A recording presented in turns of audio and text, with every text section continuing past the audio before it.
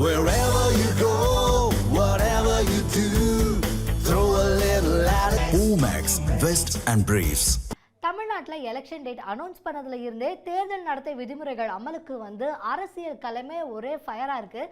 அது மட்டும் இல்லாமல் பல கட்சிகளுடைய தலைவர்கள், நிர்வாகிகள், தொண்டர்கள்னு ஒவ்வொருத்தரும் மற்ற கட்சிக்காரங்களை மாற்றி மாற்றி ரோஸ் பண்ணுறது அப்படின்னு ஒரே ஃபன்னு தான். இப்படி அரசியலில் கிடைச்சிருக்கக்கூடிய பல இன்ட்ரெஸ்டிங்கான விஷயங்களை தான் இன்றைய பக்கா பாலிடிக்ஸில் பார்க்க போகிறோம். அதிமுகவுடைய தேர்தல் அறிக்கையை கூடிய சீக்கிரமே வெளியிட்டுருவோங்க. அது மட்டும் இல்லாமல் கூட்டணி கட்சிகளோட கலந்து பேசிட்டு தொகுதி பங்கீட்டையும் இறுதி செய்வோம் அப்படின்னு எடப்பாடி பழனிசாமி அவர்கள் சொல்லியிருக்காங்க. அது மட்டும் இல்லாமல் வேற என்ன சொல்லியிருக்காருன்னா, வருஷத்துக்கு 6% வரி உயர்வு, கட்டுமான பொருட்களுடைய கட்டுக்கடங்காத விலை உயர்வு அப்படின்னு அதிமுக ஆட்சியில் விலை கம்மியாக இருந்த பொருள் எல்லாம் திமுக ஆட்சியில் விலைவாசி ஏறிடுச்சு அப்படின்னு ரெண்டு கட்சியும் கம்பேர் பண்ணி பேசியிருக்காரு இபிஎஸ் அவர்கள். நான் ஏற்கனவே தெளிவாக குறிப்பிட்டு விட்டேன். விரைவில் எங்களுடைய கூட்டணி கட்சி தலைவரோடு கலந்து பேசி நாங்கள் முடிவு செய்து உங்களிடத்தில் உங்களை எல்லாம் அழைத்து வெளியிடுவோம். இதுவரைக்கும் எங்களுக்கு தகவல் இல்லை. தகவல் வந்து உங்களிடத்துல அனைத்து இந்திய அண்ணா திராவிட முன்னேற்ற கழக ஆட்சியில் இருந்த மின் கட்டணத்தை விட திராவிட முன்னேற்ற கழகம் ஆட்சிக்கு வருவது பன்மடங்கு மின் கட்டணத்தை அதிகரித்திருக்கின்றது. அண்ணா திமுக ஆட்சியிலே 1000 ரூபாய் மின் கட்டணம் செலுத்துவோர் என்றால் இப்பொழுது 2500 ரூபாய் மின் கட்டணம் செலுத்த வேண்டிய சூழ்நிலை ஏற்பட்டிருக்கிறது. சுமார் 67% மின் கட்டண உயர்வு. கடைகளுக்கு பீக் ஹவர்ல டபுள் சார்ஜ் மின் கட்டண உயர்வு. ஆண்டுக்கு 5% மின் கட்டண உயர்வு என்று அறிவிக்கப்பட்டு இந்த அரசு மக்களை வாட்டி வதைக்கின்றது. அதே போல வீட்டு வரி 100% உயர்த்தப்பட்டு விட்டது. இன்றைக்கு 1000 ரூபாய் வீட்டு வரி செலுத்துகின்றவள் இன்றைக்கு 2000 ரூபாய் வீட்டு வரி செலுத்த வேண்டும் மாநகர பகுதியிலே. அதோட கடைக்கு அண்ணா திமுக ஆட்சியிலே 1000 ரூபாய் நீங்கள் கடை வரி செலுத்த வேண்டும் இருந்தால் இப்பொழுது 2500 ரூபாய் கடைக்கு வரி செலுத்த வேண்டும். அது மட்டும் இல்லாம ஆண்டுக்கு 6% இந்த வரிகள் உயர்த்தப்படுகின்றன. இதனால் மக்கள் மீது மிகப்பெரிய வரி சுமையை சுமத்திய அரசாங்கம் திரு ஸ்டாலின் அரசாங்கம் என்பதை நேரத்தில் தெரிவிக்க விரும்புகின்றேன். அதே போல கட்டிடம் கட்டுகின்ற அனுமதி கிட்டத்தட்ட பன்மடங்கு உயர்த்தப்பட்டுகின்றது, 2 மடங்கு உயர்த்தப்பட்டுகின்றது. 1000 சதுரடி கட்ட வேண்டும் என்று சொன்னால் அண்ணா திமுக ஆட்சியில் இருந்ததை விட இப்பொழுது இருக்கின்ற விடியா திமுக ஆட்சியில் பிளான் அப்ரூவ்டுக்கு மாநகராட்சி பகுதியில் 3 மடங்கு அதிக கட்டணம் வசூல் செய்யப்படுகிறது. அதே போல கட்டுமான பொருட்கள் சிந்திக்க வேண்டும், கடுமையாக உயர்ந்து விட்டது. திராவிட முன்னேற்ற கழக தேர்தல் அறிக்கையிலே குறிப்பிட்டிருந்தார்கள், கட்டுமான பொருட்கள் விலை ஏறுகின்ற பொழுது அதை அத்தியாவசிய பட்டியலில் சேர்க்கப்பட்டு விலை கட்டுப்பாட்டுகள் கொண்டு வரப்படும் என்று நான் சட்டமன்றத்திலே இன்றைக்கு அந்த துறையுடைய அமைச்சரை கேட்டேன். நீங்கள் இப்பொழுது கட்டுமான பொருட்கள் விலை உயர்ந்து விட்டது, நீங்கள் கூறியவாறு, நீங்கள் அறிவித்தவாறு கட்டுமான பொருட்கள் விலை உயர்கின்ற பொழுது தேர்தல் அறிக்கையிலே குறிப்பிட்டீர்களே, அத்தியாவசிய பட்டியலை இதை சேர்க்க வேண்டும் என்று குறிப்பிட்டேன். பதிலே இல்லை. தொகுதி பங்கீட்டில் என்டிஏ கூட்டணிக்குள்ள எந்த ஒரு சிக்கலும் இல்லைங்க. அது மட்டும் இல்லாமல் கூட்டணிக்குள்ள புது கட்சி வந்து சேருமா அப்படிங்கிறத வெயிட் பண்ணி பாருங்க. எது எப்படி இருந்தாலும் எலெக்ஷன் வந்தால் திமுக ஏதாவது ஒரு யுக்தியை வந்து கையில் எடுக்கும். அந்த விதத்தில் இந்த தடவை ஹிந்தியை எடுத்திருக்கு அப்படின்னு திமுகவை தாக்கி பேசியிருக்காரு பாஜகவுடைய மாநில தலைவர் நயனா நாகேந்திரன். அது மட்டும் இல்லாமல் விஜயை பாஜக மிரட்டுறதா சொல்றது ஆதாரமற்ற குற்றம் அப்படின்னு அவர் விளக்கம் கொடுத்திருக்காரு. எங்களுக்குள்ள எந்த விதமான சிக்கல்களும் இல்லை. தேர்தல் தேதி அறிவிச்சாச்சு. இன்னும் 30ஆம் தேதி வரை நாமினேஷன் போடலாம். இன்னும் 15 நாள் இருக்குது. அதை பற்றி எங்களுக்குள்ள எந்த விதமான சிக்கலும் இல்லை. நாங்கள் வந்து எல்லாம் ஒருமித்த கருத்து. 28 சீட்டு 2 சீட்டுன்னு பிரித்து இது பண்ணிட்டாங்க. நீங்கள் இன்னும் அந்த மாதிரி எந்த கட்சிக்குமே இது பண்ணாமல் இருக்கீங்களே, அதனால இல்லை எங்களுக்குள்ள எந்த விதமான கருத்து இல்லை. நிச்சயமாக நாங்கள் வந்து சுமூகமான முறை எல்லாமே முடிவெடுக்கும். புதிய கட்சி வரதுக்கு எது வாய்ப்பு இருக்கா சார்? பொறுத்திருந்து பார்ப்போம் சார். இப்படியும் கூட சொல்றாங்க, ஜெயிச்சா எடப்பாடி முதலமைச்சர், விஜய் துணை முதலமைச்சர் அப்படிலாம் சொல்றாங்க. முதல்ல இன்னும் கூட்டணியே இல்லை. பிற நீங்களா முதல்ல கூட்டணி பேச்சுவார்த்தை இருக்கான்னு கேட்குறீங்க. பிஜேபி டெல்லியில வச்சு அவங்கள மிரட்டுறாங்க, கூட்டணிக்கு வாங்கன்னு அழைக்கிறாங்க அப்படின்லாம் பேசுறாங்க. அவரு டெல்லிக்கு போன விஷயம் முடிச்சு அவரே சென்னைக்கு வந்துட்டாரு. நீங்க பேசுறதா இப்ப கேட்குறீங்க, அது ஆதாரம் இல்லை. தமிழ்நாட்டில் பெண்களுக்கு பாதுகாப்பே இல்லைங்க. அது மட்டும் இல்லாமல் திமுக ஆட்சியில் தமிழகம் கொலை மாநிலமாக மாறிடுச்சு. ஆனால் இதை பற்றிலாம் ஸ்டாலினுக்கு கவலை கிடையாது. அவர் எப்போ பார்த்தாலும் ரீல்ஸ் பண்ணுறதே குறியாக சுற்றிக்கிட்டு இருக்காரு அப்படின்னு செம்மையாக கலாச்சிருக்காங்க பாஜகவுடைய மூத்த தலைவர் தமிழிசை சவுந்தரராஜன். எது எப்படியோங்க திமுகவை வீட்டுக்கு அனுப்பணும், அதுதான் என்டிஏ கூட்டணியோட ஒரே எய்ம் அப்படின்னு அவங்க கான்ஃபிடென்ட்டாக பேசியிருக்காங்க. ஸ்டாலின் அவங்க தலைமையில காவல்துறை இயங்குகிறதா? இயங்கவே இல்லை, முடக்கி விடப்பட்டிருக்கிறது. அதனால் ஸ்டாலின் அவர்கள் இந்த ஆட்சியில் இருந்து அப்புறப்படுத்தப்பட வேண்டும். அதுதான் இந்த ஆர்ப்பாட்டத்தின் முதல் குறிக்கோளாக இருக்கிறது. ஏனென்றால் ஒரு தூத்துக்குடியில ஒரு வீட்டில் அல்லோலப்பட்டுக் கொண்டிருக்கிறார்கள். காலையில படித்துக் கொண்டிருந்த குழந்தை 6 மணிக்கு வெளியே போகுது. 7 மணிக்கு அம்மா அப்பா குழந்தை இல்லைன்னு கண்டுபிடிக்கிறாங்க. போலீஸ் ஸ்டேஷனுக்கு போறாங்க. போலீஸ் ஸ்டேஷன்ல குழந்தைய கண்டுபிடிங்கன்னா ஸ்டாலின் அவர்கள் என்ன சமூக நீதி? பெண்களை எந்த அளவிற்கு நீங்கள் மரியாதையாக நடத்துகிறீர்கள்? அந்த காவல்துறை அதிகாரி சொல்றார், எங்கேயோ ஓடி போயிருப்பா, போய் பாரு. அவர்கள் எல்லாம் திராவிட முன்னேற்ற கழகத்தை சார்ந்தவர்கள் இல்ல. காவல்துறை அதிகாரியே ஸ்டாலின் அவர்களே, அவர்கள் தமிழ் பெண்கள், தமிழ்நாட்டை சார்ந்தவர்கள், மானம் உள்ளவர்கள். உங்களை போல நினைத்து விடாதீர்கள் என்பதைத்தான் நாங்க பதிவு செய்கிறோம். அம்மா அப்பா தேடி 1:30 மணிக்கு கண்டுபிடிக்கிறாங்க. இங்க எல்லாம் அல்லோலப்பட்டு கொண்டிருக்கிறது. மரண ஓலம் தூத்துக்குடியில் இருந்து கேட்கின்ற மரண ஓலம் தமிழகம் முழுவதும் ஒலித்துக் கொண்டிருக்கிறது. நானும் அட்மினிஸ்ட்ரேஷன்ல இருந்திருக்கேங்க, நானும் அதிகாரத்தில் இருந்திருக்கிறேன். இதே போல ஒரு சம்பவம் நடந்தது என்றால் போர்க்கால அடிப்படையில் உடனே காவல்துறை அதிகாரிகளை கூப்பிட்டு என்ன நடந்து கொண்டிருக்கிறது என்று கேட்காமல் ஸ்டாலின் என்ன செஞ்சார் தெரியுமா? ரீல்ஸ் பார்த்துக்கிட்டு இருந்தாங்க, ரீல்ஸ் செஞ்சுட்டு இருந்தார். 2 குழந்தைகளை கூப்பிட்டு வந்து, இங்க ஒரு பெண் படுகொலை செய்யப்பட்டு கசக்கி எறியப்பட்டு குடும்பமே அல்லோலப்பட்டு இந்த தென் மாவட்டங்கள் மட்டுமல்ல, தமிழகம் மட்டுமல்ல, பாரத தேசமே நிலை குலைந்திருக்கும் பொழுது ஸ்டாலின் ரீல்ஸ் சுட்டிட்டு இருக்கிறார். இதற்காகவாவது அவர் தோற்கடிக்கப்பட வேண்டும் என்பதை நாம் இங்கே தெளிவாக எடுத்து சொல்ல வேண்டும்.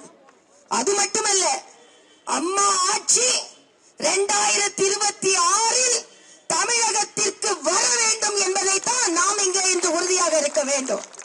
ஏன்னா அம்மா மட்டும் ஆட்சியில இருந்திருந்தாங்கன்னா குற்றவாளிகள் எவனாவது இப்படி நடமாட முடியுமா? முடியாது, தூக்கி உள்ள போட்டுருவாங்க. அதனாலதான் அம்மானா அம்மாதான். ரீல்ஸ் பண்ணுறதுலையும் விளம்பரப்படத்தில் நடிக்கிறதையுமே குறிக்கோளாக சுற்றிக்கிட்டு இருக்காரு முதலமைச்சர் ஸ்டாலின். ஆனால் தமிழ்நாட்டில் சட்ட ஒழுங்கு சீர்குலைஞ்சு இருக்கிறத பற்றி அவருக்கு கவலையே கிடையாதுங்க. முக்கியமாக ஆட்சி பண்ணுறதுக்கு தகுதியே இல்லாதவன் தாங்க இந்த திமுக காரங்க. அதனால இந்த திமுக ஆட்சி முடிவுக்கு வந்துடும் அப்படின்னு பேசியிருக்காரு பாமக தலைவர் அன்புமணி. வீட்டில் இருக்கிற அம்மாக்கள், என் பொண்ணு ஸ்கூலுக்கு போயிருக்கு, பத்திரமா திரும்பி வந்துருமா? என் பொண்ணு காலேஜுக்கு படிக்க போயிருக்கு, எப்படா வரும், பத்திரமா வருமா?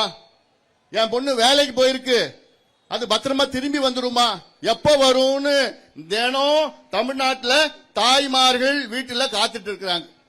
மடியில நெருப்பு வச்சு காத்துட்டு இருக்கிறாங்க. காரணம், இந்த தகுதி இல்லாத, திறமை இல்லாத ஸ்டாலின் அவர்களுடைய ஆட்சி இங்கே நடந்து கொண்டிருக்கிறது. இந்த குற்றங்களுக்கு எல்லாத்துக்கும் என்ன தெரியுமா காரணம் தெரியலமா உங்களுக்கு? முதல் காரணம் முதலமைச்சர், அவருக்கு கீழே தான் காவல்துறை இயங்கிட்டு இருக்கு. அடுத்த முக்கிய காரணம், எங்க பார்த்தாலும் சாராயம், கள்ள சாராயம், டாஸ்மாக் சாராயம். தமிழ்நாட்டில் 4700 டாஸ்மாக் கடைகள் இருக்கிறது. இவன் குடிச்சிட்டு கஞ்சா போட்டானா அவன் மனித மிருகமா மாறிடுறான். அவன் என்ன பண்றான்னு அவனுக்கே தெரியல. இந்த சூழலை உருவாக்கியது யாரு? இந்த கேடுகட்ட திமுக ஆட்சி, முதலமைச்சர் ஸ்டாலின் அவர்கள். ஒரு கையால் ஆகாத ஒரு ஆட்சி. என்ன நடக்குதுன்னு தெரியல. முதலமைச்சர் தினம் என்ன பண்ணிட்டு இருக்கிறாரு? விளம்பர படத்தில் நடிச்சிட்டு இருக்கிறார். ஷூட்டிங் காலையில வருவார், 10 மணிக்கு வருவாரு, ஆக்ஷன் கேமரா அப்படி சொன்ன அப்புறம் ஆக்ஷன், அப்புறம் ஒரு ஷூட்டிங் எல்லாம் எடுத்தோன்னு கட் அப்படி சொன்னா வீட்டுக்கு போயிடுவார். இதான் தினம் இதான் நடக்குது. ரஜினிகாந்த் எதுக்குமே ஆசைப்படாம ஒரு ஞானி மாதிரி வாழ்ந்துட்டு இருக்காருங்க. அவரை பத்தி பேசுனதெல்லாம் வன்மையா கண்டிக்கத்தக்கது. அதை யாரு பேசுறாங்களோ அவங்களே அந்த வார்த்தையை திரும்ப பெறணும் அப்படின்னு வலியுறுத்தி இருக்காரு தமிழ்நாடு காங்கிரஸ் கமிட்டி தலைவர் செல்வ பெருந்தகை. நாங்களும் கண்டிச்சிருக்கோம். ஏற்கனவே சொன்ன உடனே தெற்கு தெரியாத மேற்கு தெரியாமல் இருப்பவர்கள் ரஜினிகாந்தை பற்றி என்ன தெரியும்? இன்னைக்கு ரஜினிகாந்த் வந்து எதற்கும் ஆசைப்படாமல் அவர் ஒரு நாணியை போல் வாழ்ந்து வருகிறார். தமிழ்நாட்டிற்கு கிடைத்த ஒரு மிகப்பெரிய கொடை ரஜினிகாந்த் அவர்கள். இன்று கூட ரஜினிகாந்த் அவர்களுக்கு கண்ணுக்கு தெரியாத கதாநாயகனாக பல லட்சக்கணக்கான ரசிகர்கள் இருக்கிறார்கள். அப்படிப்பட்ட எந்த வம்புக்கும் போகாத, எந்தவித அரசியலில் நுழையாத சூப்பர் ஸ்டார் ரஜினிகாந்தை இப்படி பேசியிருப்பது வன்மையாக கண்டிக்கத்தக்கது. இதையும் அவர்கள் திரும்ப பெற வேண்டும். இந்த வன்மத்தோடு பேசுவது, வயது முதிர்ந்தவர்களை தாக்குவது, ஒரு ஆளுமைகளாக இருப்பதை தாக்குவதெல்லாம் நிறுத்திக் கொள்ள வேண்டும். இதுதான் எங்களுடைய வேண்டும். திமுகவுக்காக 1996 குரல் கொடுத்தவர்கள் ரஜினிகாந்த். அவரை மிரட்டணுங்கிறதுலாம் திமுகவுக்கு அவசியமே கிடையாது அப்படின்னு பேசியிருக்காரு அமைச்சர் ரகுபதி. அதோட அதிமுக கூட்டணி சரியா அமையலைங்க, கட்சியும் கட்டுப்பாட்டுக்குள்ள இல்லை, அதனாலதான் இபிஎஸ் எங்க மேல பழி போடுறாரு அப்படின்னு குற்றம் சாட்டியிருக்காரு ரகுபதி. மக்கள் எடப்பாடி பழனிசாமியையோ அவர்களுடைய கொள்கையோ நம்ப தயாராக இல்லை. அங்கே இருக்கக்கூடிய அப்பாவி தொண்டர்கள் இன்றைக்கு கஷ்டப்பட்டு கொண்டிருக்கிறார்கள். இப்படிப்பட்ட மோசமான தலைமை நமக்கு வந்துவிட்டது என்று வருத்தப்பட்டு கொண்டிருக்கிறார்கள். அங்கே இருக்கக்கூடிய பலர் வெளியேறிவிட்டார்கள். எனவே இன்றைக்கு கட்சி ஊசலாடி கொண்டிருக்கிறது.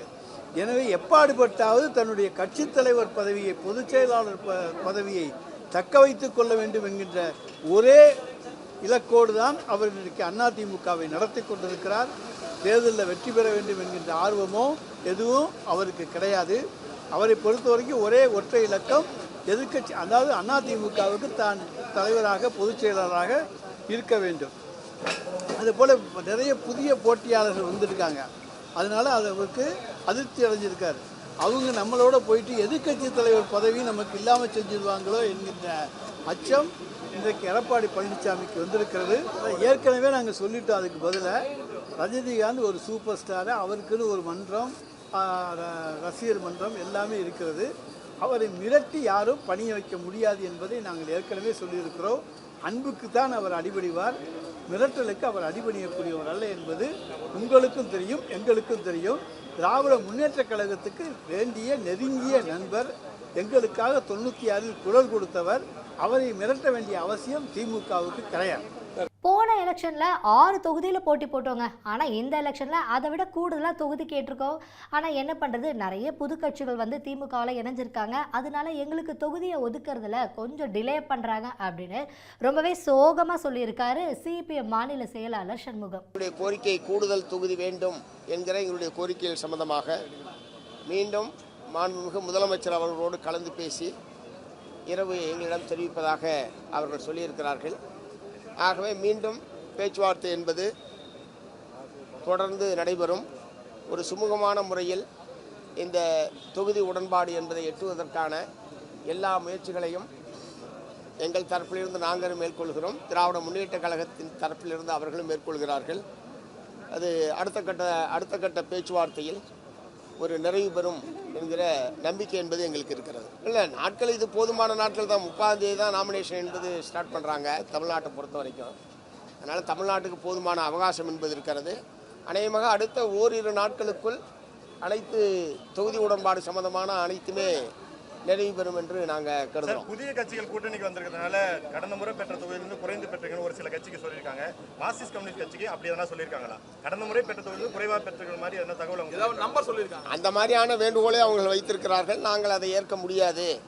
கடந்த முறை போட்டியிட்டதை விட கூடுதல் தொகுதியில் போட்டியிட வேண்டும், அதற்கு உரிய முறையில் இந்த எண்ணிக்கை என்பது உயர்த்தப்பட வேண்டும் என்பதை நாங்கள் சொல்லியிருக்கோம். அதாவது நிறைய கட்சிகள் இருக்கிற போது இந்த மாதிரியான ஒரு நிலைமை என்பது தவிர்க்க முடியாது, அதை நாங்கள் உணர்ந்திருக்கிறோம். பட் சிபிஎம் கட்சிக்கான கூடுதல் தொகுதியை பெறுவதற்கான முயற்சியை நாங்கள் தொடர்ந்து மேற்கொண்டிருக்கிறோம்.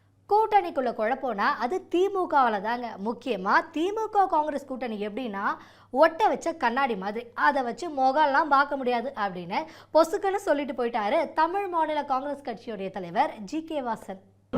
என்டிஏ கூட்டணி அதிமுக தலைமையிலே தமிழகத்திலே பெண்கள் பாதுகாப்பை உறுதி செய்ய வேண்டும்.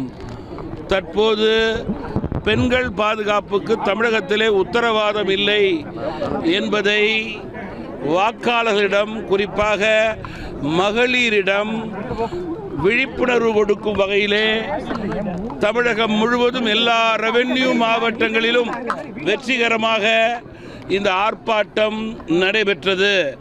இந்த ஆர்ப்பாட்டத்தினுடைய முடிவு வருகின்ற மாதங்களிலே நடைபெறும் சட்டமன்ற தேர்தலிலே மகளிருடைய வாக்கின் அடிப்படையிலேயே திமுக தோல்வியடையும் என்பதில் மாற்று கருத்தே இருக்க முடியாது.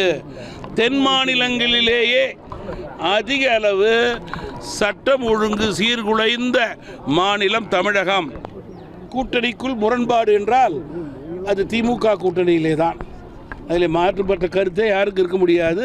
அதை கடந்த 15 நாட்களாக தினந்தோறும் தொலைக்காட்சியிலும் பத்திரிகையிலும் பார்த்து கொண்டே இருக்கிறோம். குறிப்பாக காங்கிரஸ் திமுக கூட்டணி ஒட்ட வைத்த கண்ணாடி, அது வாக்காளர்கள் மேல் பயன்படாது. ஒட்ட வைத்த கண்ணாடியால் முகம் பார்க்க முடியாது. ஏன்னா திமுகவில் சேர்த்துக்கிட்ட முதலமைச்சர் ஸ்டாலினுக்கு நான் ரொம்பவே நன்றி கடன் பட்டிருக்காங்க. அது மட்டும் இல்லாமல் ஸ்டாலின் அவர்கள் மக்களுக்கு நல்லாட்சி பண்ணியிருக்காங்க அப்படின்னு ஓபிஎஸ் அவர்கள் புகழ்ந்து தள்ளியிருக்காரு. இவ்வளவும் பேசிட்டு அமைதியாக போகாமல் அவர் என்ன சொல்லியிருக்காருன்னா, அதிமுகவை அழித்த வரலாற்று பெருமை எடப்பாடி பழனிசாமி அவர்களையும் முன்னாள் அமைச்சர் ஆர்பி உதயகுமாரையும் தான் சேரும். அதோட அதிமுகவை இவங்க குழி தோண்டி புதைச்சிட்டாங்க அப்படின்னு ஒரு விமர்சனம் பண்ணியிருக்காரு. ஸ்டாலின் அவர்கள் தொடர்ந்து 2ஆம் முறையாக தமிழகத்துடைய முதலமைச்சராக வருவார்கள். இன்னொன்று சொல்லிடுறேன் உங்களுக்கு, அண்ணா,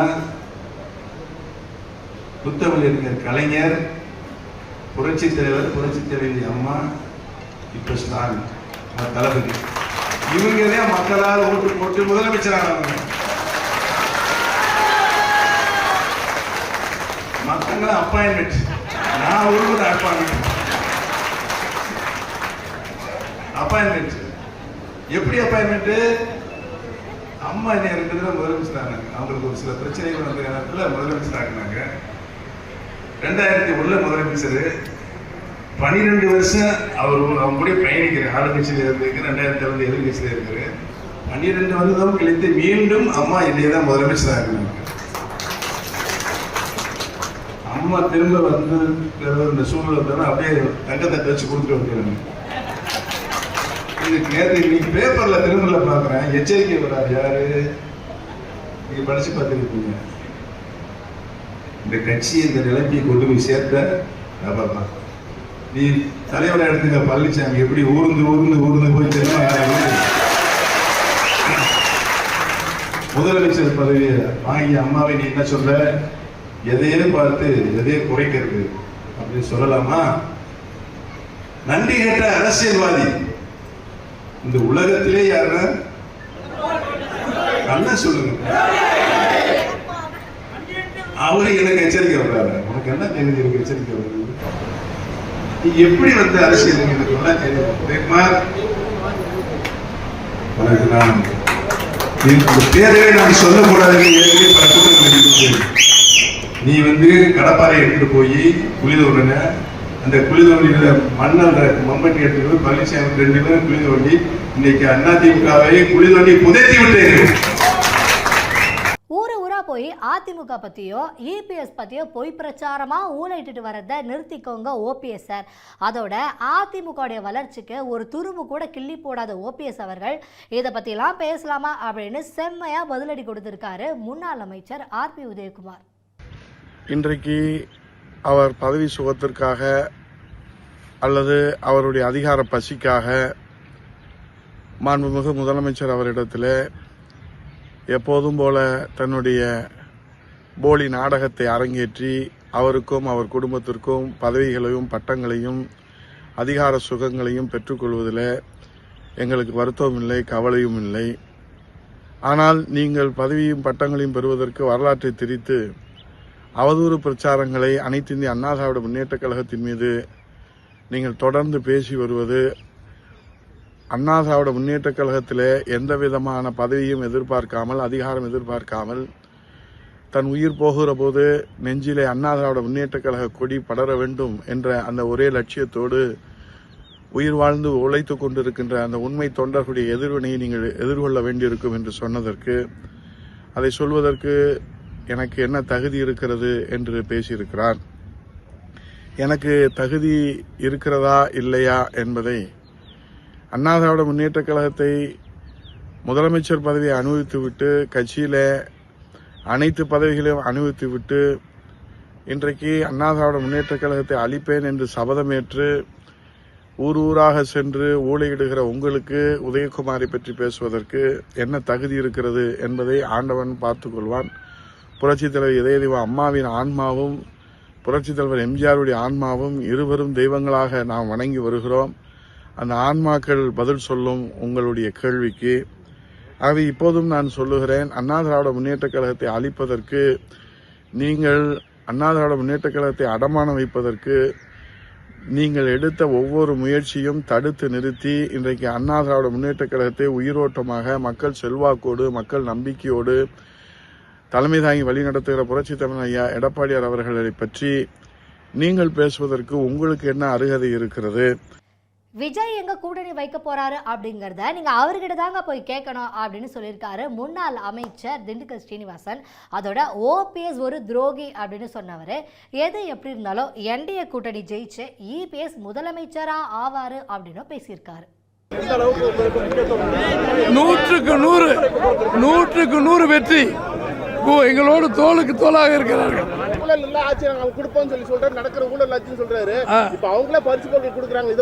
தயவு செய்து விஜயிடம் கேளுங்கள். எம்ஜிஆர் அம்மா ஆரம்பிச்ச அதிமுக அழித்தது ஒழித்தது துரோகி ஓபிஎஸ், துரோகி ஓபிஎஸ். அவ்வளவுதான் பதில் இருக்கு. எம்ஜிஆர் அம்மா ஆரம்பிச்ச அதிமுக அழித்தது ஒழித்தது துரோகி ஓபிஎஸ், துரோகி ஓபிஎஸ். அவ்வளவுதான் பதில் இருக்கு. விஜய் என்டிஏ கூட்டணிக்குள்ள வர்றது ரகசியங்க, பரம ரகசியம். இதெல்லாம் ஒரு பக்கம் இருக்கு. திமுகவுடைய கூட்டணி பேச்சுவார்த்தை இன்னைக்கு நாளைக்கு இழுத்துக்கிட்டு இருக்கு.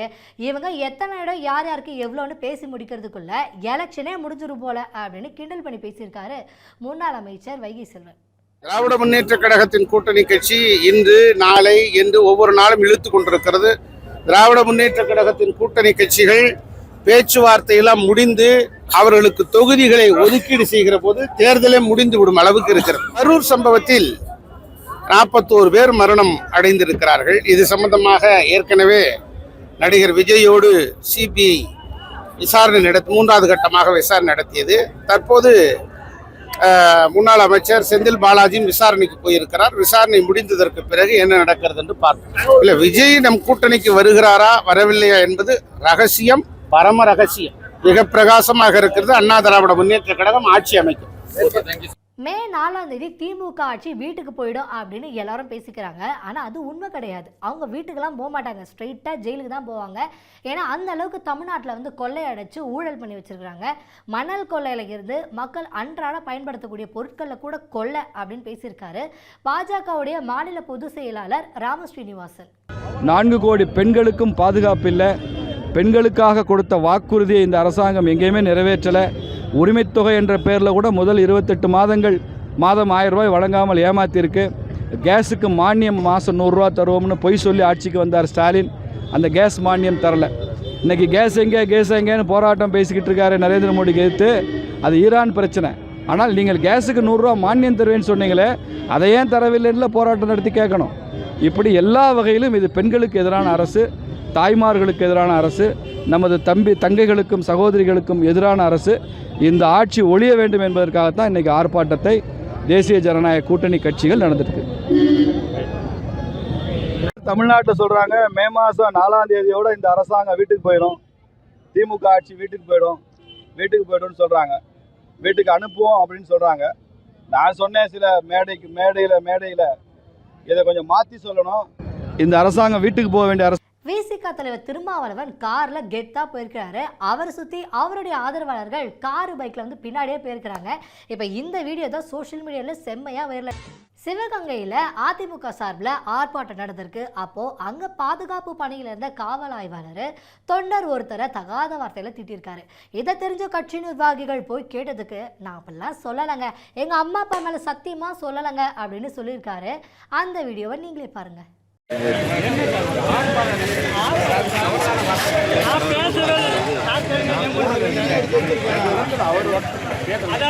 அம்மா அப்பா பத்தி நான் பேசுறேன், தாய்நாடு எங்க திருநாடு போது நான் பேசுறேன்.